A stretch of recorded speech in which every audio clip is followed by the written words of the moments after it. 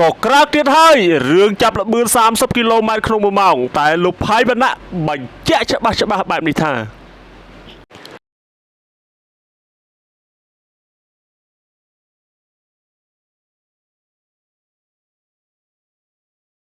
ពាក់ព័ន្ធនឹងករណីចាប់លបឿននេះសមត្ថកិច្ចចរាចរណ៍ផ្លូវគោកបានចុះអនុវត្តរឹតបន្តឹងច្បាប់ស្តីពីចរាចរណ៍ផ្លូវគោកឡើងវិញដើម្បីធានានូវសុវត្ថិភាពការបើកបរក៏ដូចជាកាត់បន្ថយគ្រោះថ្នាក់ចរាចរណ៍នៅលើដងផ្លូវប៉ុន្តែក្រោយពីការចុះអនុវត្តពង្រឹងនៃច្បាប់ចរាចរណ៍ឡើងវិញនេះធ្វើឲ្យមហាជនមួយចំនួននៅលើបណ្ដាញសង្គម Facebook បានផ្ទុះការរិះគន់ជាខ្លាំងដែលពាក់ព័ន្ធនឹងករណីខាងលើជាពិសេសពាក់ព័ន្ធនឹងការចាប់លបឿនតែម្ដងស្រាប់តែគេឃើញនៅថ្ងៃទី2ខែមិនិនាឆ្នាំ2026នេះរដ្ឋបាលរាជធានីភ្នំពេញបានប្រកាសតំបន់សុវត្ថិភាពចរាចរណ៍នៅតំបន់ជុំវិញសាលារៀនដោយកំណត់ល្បឿន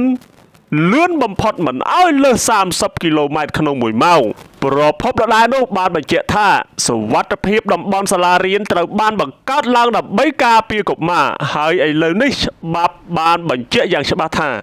ដែនកំណត់ល្បឿន30គីឡូម៉ែត្រក្នុង1ម៉ោងត្រូវតែអនុវត្តតាម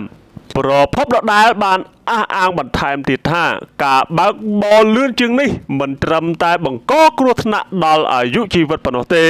ប៉ុន្តែថែមទាំងប្រឈមនឹងផ្លូវច្បាប់ទៀតផង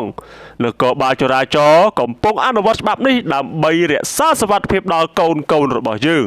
សូមគោរពដែនកំណត់ល្បឿនគោរពច្បាប់ចរាចរណ៍និងការពារអ្នកជំនាន់ក្រោយក្រោយពីការបង្ហោះនៅសំណេរខាងលើមហាជននៅក្នុងបណ្ដាញសង្គម Facebook បានទូប្រតិកម្មដោយបញ្ចេញមតិផ្សេងគ្នានៅលើនោះដោយអ្នកខ្លះបានបញ្ជាក់ថា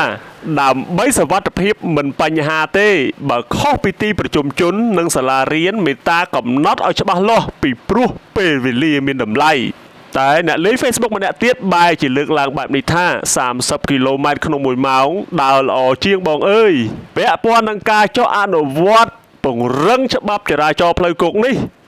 មានគណនីមួយបានបង្ហោះសារថាហេតុអ្វីពលរដ្ឋមួយចំនួនមិនចូលចិត្តនគរបាលចរាចរណ៍ស្រាប់តែលោកផៃវណ្ណៈបានធ្វើការ share រួចអមដោយសំណេរបែបនេះថាមូលហេតុគឺមានពីរទី1អ្នកខឹងអ្នកស្អប់មន្ត្រីចរាចរណ៍ភាគច្រើនលើសលប់ជាអ្នកល្មើសច្បាប់ចរាចរណ៍ទី2អ្នកខ្លះខឹងព្រោះឃើញលុយផាកពិន័យមិនចូលរដ្ឋបែរជាយកលុយទៅចែកគ្នាចាយខណៈមន្ត្រីមានប្រាក់ខែរួចហើយចំណុចទាំងពីរនេះ